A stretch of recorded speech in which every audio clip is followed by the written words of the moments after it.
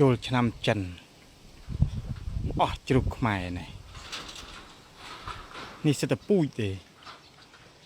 អាតូចគេកំងគេកក់លុយអស់ហើយអស់lạiលីងបណ្ដោយជ្រូកចំដេកល្អផ្លែដេកចាំម៉ែស៊ីបាយជិលទៅណាសម្រាប់ចិត្តដេកនៅទីនេះចុះនេះម៉ែវាមាននេះកូនវានៅគេនោះ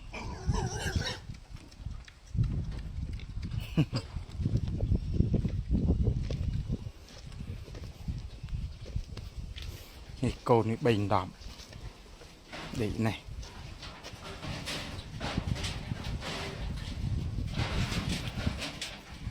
កើតអត់តាម